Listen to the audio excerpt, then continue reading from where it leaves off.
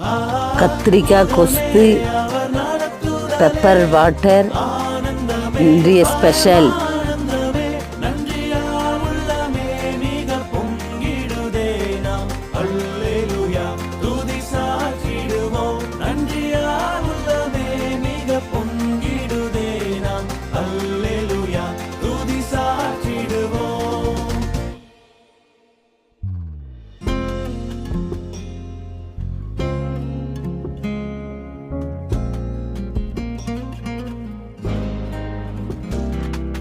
கர்த்தர் செய்த உபகாரங்கள் கணக்குரைத்து எண்ணலாகுமோ?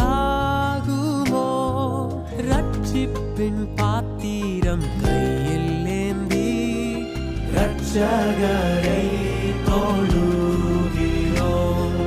தேவா பிரசன்ன